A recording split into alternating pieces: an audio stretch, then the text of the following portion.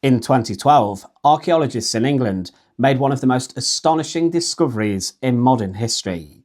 Beneath a quiet city car park in Leicester, where I'm from, they unearthed a skeleton with a twisted spine, battle wounds, and a DNA link to royalty.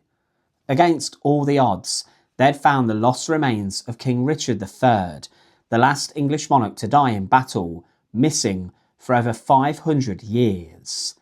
This is a story of how science, history, and one woman's persistence combine to solve a royal mystery and change how we see one of England's most infamous kings. To understand why this discovery mattered so much, we need to go back to 1485, to the bloody conclusion of the Wars of the Roses, a 30-year struggle between two rival branches of England's royal family, the House of York and the House of Lancaster. Richard III, on the Yorkist line, became king in 1483 after the death of his brother, King Edward IV.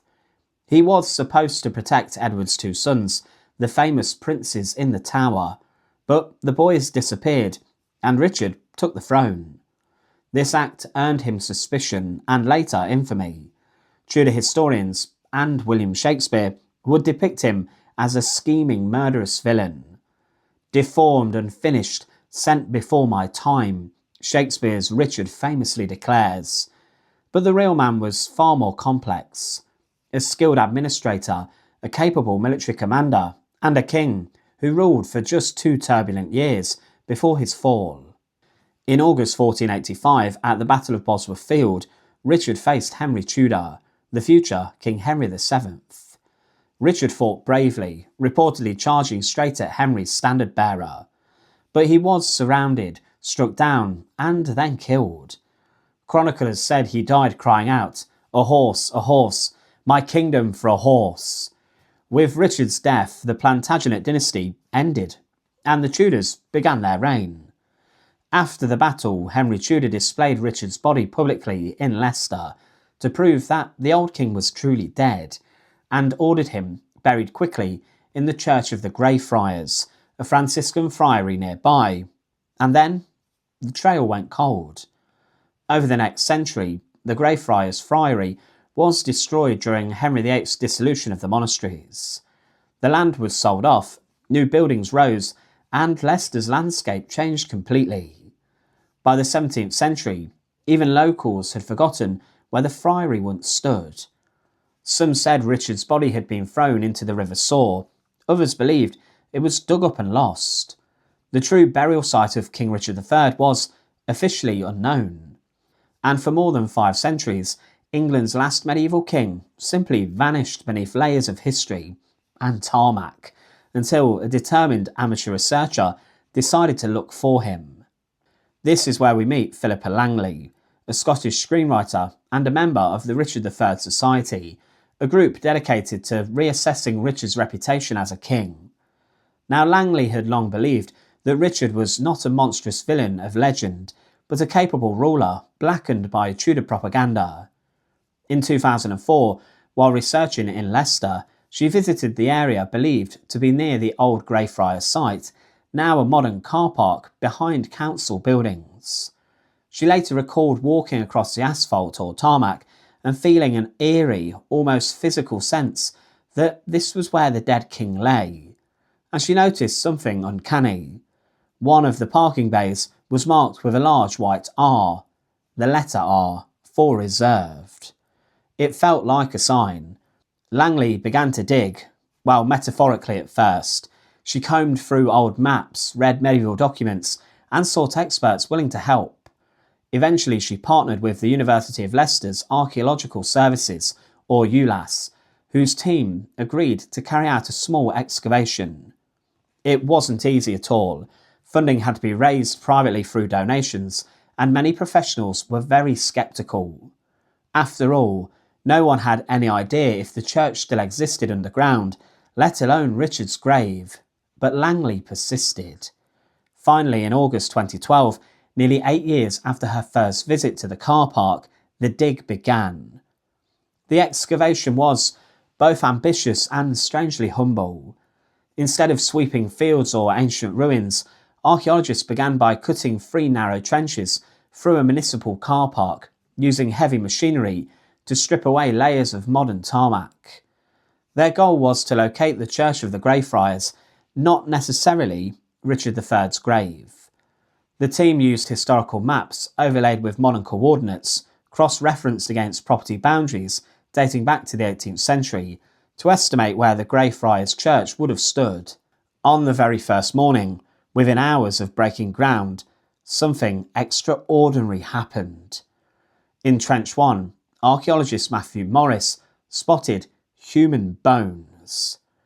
They lay about 5 feet below the surface, aligned east to west, typical of a Christian burial. But as the soil was carefully removed, the team saw something unusual. The skeleton's spine was curved into an S shape, severe scoliosis, and the hands were crossed awkwardly over the pelvis, suggesting the body had been buried hastily, perhaps even with the wrist tied.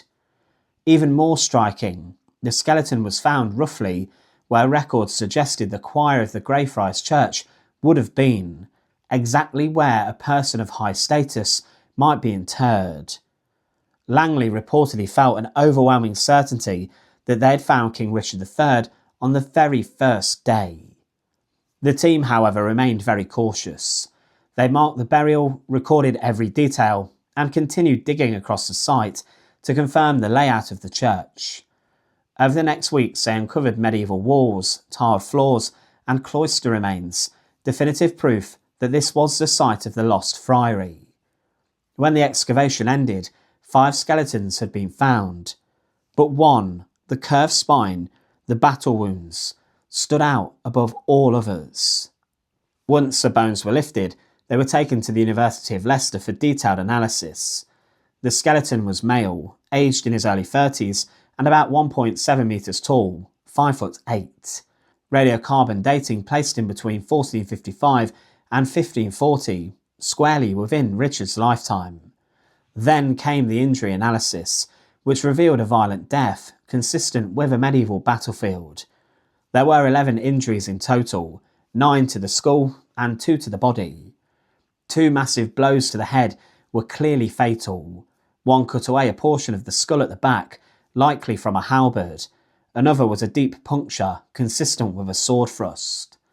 Additional cuts to the face and jaw indicated that the victim's helmet had been lost or removed.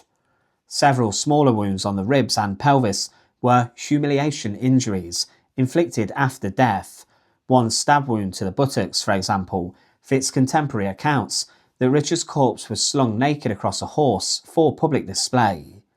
Meanwhile, the spine revealed severe adolescent onset scoliosis, which would have raised one shoulder higher than the other, matching descriptions of Richard's uneven frame, but not a hunchback. CT scans later showed that the deformity would not have prevented him from fighting effectively in armour. He was, after all, known as a skilled warrior. Everything was starting to add up, but science still needed definitive proof. To confirm the identity, scientists turned to genetic genealogy. They needed living relatives descended from Richard's family, specifically through his mother's line, because mitochondrial DNA, or mtDNA, passes unchanged from mother to child. Genealogists traced the lineage through Richard's sister, Anne of York, across 16 generations to 2 modern descendants, including Michael Ibsen, a Canadian-born cabinet maker. Both of the people agreed to provide DNA samples.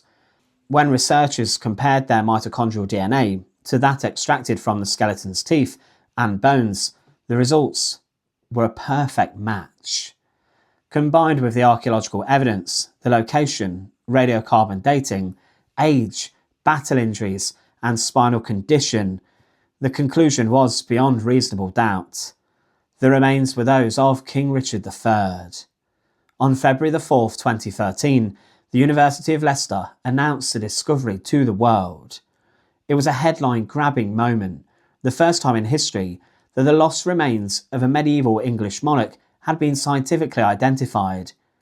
I'm from Leicester and I still remember that day of that press conference. With the mystery solved, researchers turned to understanding Richard as a person, not just a skeleton. Using forensic facial reconstruction based on the skull's 3D CT scans, scientists created a realistic likeness. The results surprised many. Instead of the sneering villain of Shakespeare, the face that emerged was youthful, intelligent and composed, a man with calm, blue-grey eyes and auburn hair. Isotope analysis of his bones and teeth revealed fascinating details about his life. The isotopic signature of nitrogen and oxygen suggested he had grown up in eastern England, consistent with his known childhood in Yorkshire. It also showed a clear dietary shift after he became king in 1483. Elevated nitrogen levels indicated a richer diet heavy in wildfowl and freshwater fish, foods reserved for the nobility. Traces of wine consumption increased too, likely evidence at the chemical level of life as a king. As one researcher put it, we can see the moment he puts the crown on, right there in the chemistry of his bones. After the confirmation, another question loomed: where should Richard III be reburied? Leicester had the remains, but York, the city he ruled from and loved, claimed him as their own. After legal proceedings known as the Plantagenet Alliance case, the High Court ruled in 2014 that Leicester Cathedral would host a reinterment. On the 22nd of March 2015, Richard's coffin, made by Michael Ibsen, his own descendant, was placed in a solemn procession from the university to the cathedral. Tens of thousands lined the streets of Leicester. 4 days later, on March 26th, he was reburied in a magnificent limestone tomb, covered by a cross-shaped opening filled with soil from Bosworth Field, uniting the place of his death with his final resting place. The ceremony was attended by senior clergy, descendants from both Yorkist and Tudor lines, and royalty, including the Duke and Duchess of Gloucester. It was, as the Archbishop of Canterbury declared, an act of justice and a recognition of the dignity of a human being, whatever the controversies of history. 5 centuries after his death, King Richard III was finally laid to rest as a king. Now, the discovery of King Richard III wasn't just a historical event, it was a landmark in multidisciplinary science. The project combined archaeology, history, forensic anthropology, genetics, genealogy, and isotope chemistry, a model for future research into historical mysteries. The excavation itself was tiny, 3 trenches covering less than 1% of the friary site, yet it produced world-changing results. It sparked public fascination with archaeology and genetics. Local museums reported record visitor numbers, documentaries drew millions of viewers, and universities saw a surge of applications in forensic science and heritage studies. For many people, the project proved that history isn't static, it can still surprise us, and it highlighted something powerful, that truth can survive propaganda, even across 5 centuries. The bones told their own story, one that Shakespeare and the Tudors could not rewrite. Before 2012, most people only knew Richard through Shakespeare's Richard III, a murderous tyrant with a hunchback and a blackened soul. But modern historians now paint a subtler picture. Richard introduced a system of bail and made early moves towards legal aid for the poor. He encouraged the use of English in law instead of Latin, making justice more accessible. He founded colleges, supported printing, and was known for administrative efficiency. None of this fits the image of a cartoon villain.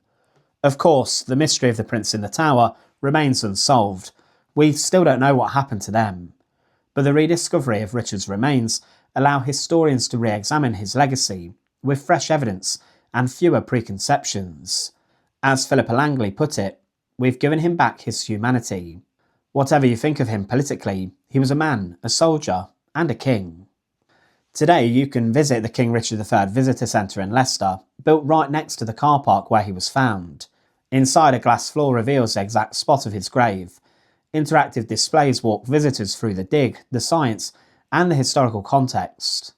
The discovery revitalised Leicester's cultural identity and tourism industry, contributing tens of millions of pounds to the local economy.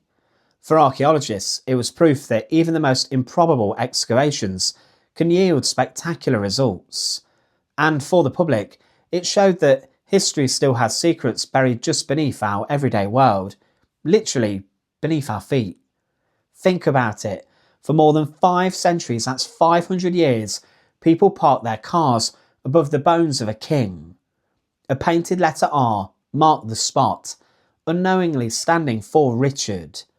And through persistence, intuition, and cutting-edge science, a lost monarch was found. The king in the car park became more than just a catchy headline. It became a symbol of how curiosity, evidence, and collaboration can rewrite history. Because when we dig, whether in the ground or in the archives, we uncover not just artifacts, but stories. Stories that remind us that the past isn't gone. It's just waiting to be rediscovered. Thanks for watching, and remember, sometimes the greatest historical discoveries are hiding in the most ordinary of places, like a city car park in Leicester, the city where I grew up. See you next time on History of the World, and if you did learn something new, click subscribe.